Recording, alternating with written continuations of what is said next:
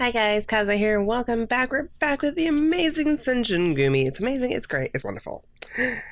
Yeah, I'm weird. We're back with Hajime Saito.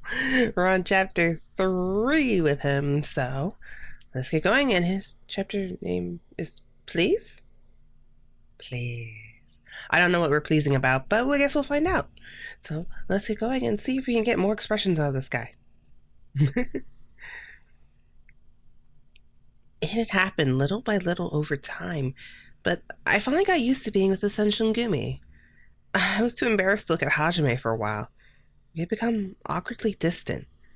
I felt refreshed and more open about my feelings.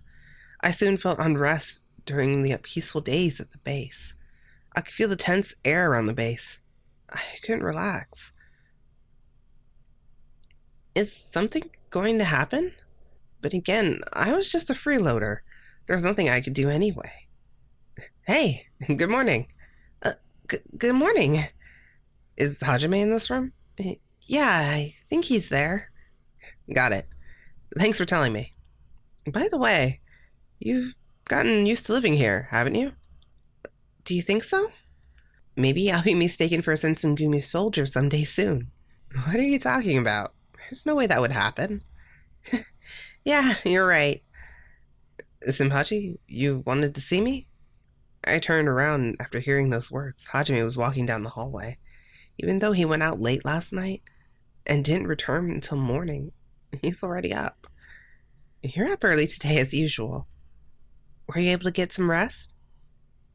Yeah. Hajime nodded and grinned slightly. When I saw his face, I knew he wasn't lying. Still, he was pushing himself too hard. I was worried he might collapse at any moment. Shinpachi, let's talk over there. Alright, see you. Bye. Quietly watched him leave. Ask if they need anything. Shall I bring you some tea? Hajime stopped walking and turned around. No, we're fine. Thank you. You haven't slept much either, right? Take some time to relax. Even if he had said that, I couldn't be the only one taking a break. I watched them leave and went to do my chores. I noticed the fatigue on both Hajime and Shinpachi's faces. Tonight, I'll make something nutritious for them. I cleaned up and did my chores. Before long, there was an uproar at the front gate. Did the patrol group just come back? The number of soldiers patrolling Kyoto had risen quite a bit. They patrolled day and night. The people of Kyoto weren't happy about it, and I heard rumors that there was trouble afoot. Thinking that, my chest started to hurt. I couldn't help being gloomy as well. I want the base to at least be fun and lively. Good work today. I tried my best to greet the soldiers cheerfully.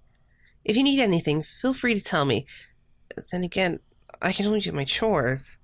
Okay, then could you wash this for me? Sure. Oh, can you take this too? I seriously broke a sweat. Okay. I'm fine with just your smile, Henri. Stop grabbing my hand when you say those things. Sanosuke talked to me irregularly. Each time before I knew it, he was always touching me. Huh? You figured it out? Of course, geez. Suddenly someone pulled my shoulders back and my body shook and was now slanted. What? I looked behind me. Hajime was standing there. Hajime? What's wrong? Nothing. Hajime looked away and was being invasive. I think he doesn't want you near Sanosuke. Just saying. I wonder what's wrong. He was always very straightforward, but he usually says how he feels. It looks like you've lost Sanosuke. Shinpachi came a little later and for some reason had a playful smile on his face. Huh? I wonder what he meant, but Hajime suddenly opened his mouth. I saw Masenda was in trouble. What are you talking about? I wasn't causing trouble, right? Sanosuke grabbed my hand one more time. Henri's hand feels so soft. I love it. Wait, what are you saying? Let go of me. Sanosuke. Hajime separated our hands. She really doesn't like it when you do that. She's just being shy, right, Henri? Sanosuke stretched out his hand once again. Dear God, this guy doesn't stop. Shinpachi was watching and grabbed Sanosuke by the back of the neck. Well then, we'll be on our way. Wait, you mean me too?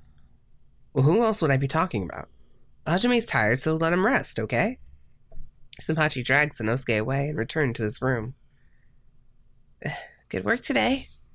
I suddenly realized all the other soldiers had left and Hajime and I were alone. It's quiet, isn't it? I believe it was rather rowdy until a few seconds ago. I was about to smile at his sarcastic words. Sanosuke sure is trouble. I'm glad he worries about me, though. That's true. But his feelings for you are... Huh? I waited for him to finish after he stopped talking. What about his feelings? No, it's nothing. Hajime huddled his big body. I don't know what that means, but okay. I was sure that meant he didn't want me to ask about it any further. Maybe I was being too conceited? Maybe he knows that Sanosuke's feelings are... and that's why he stopped. I couldn't help but feel happy, and I let out a smile. Miss Endo? Yes? What is it? Hajime may have noticed something as he hid his red cheeks with his fingers and looked away. I'm going back to my room. Okay. Have a good rest. After exchanging those words, we walked down the hallway side by side. Then why am I following him? I heard voices coming from somewhere. You heard what the prisoner said, right? Yeah, it looks like they're going to be going through with it soon.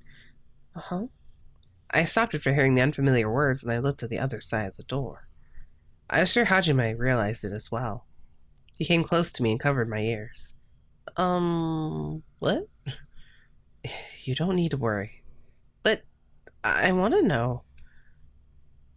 This has to do with Kyoto, right? What do you mean by prisoner? Is everything okay?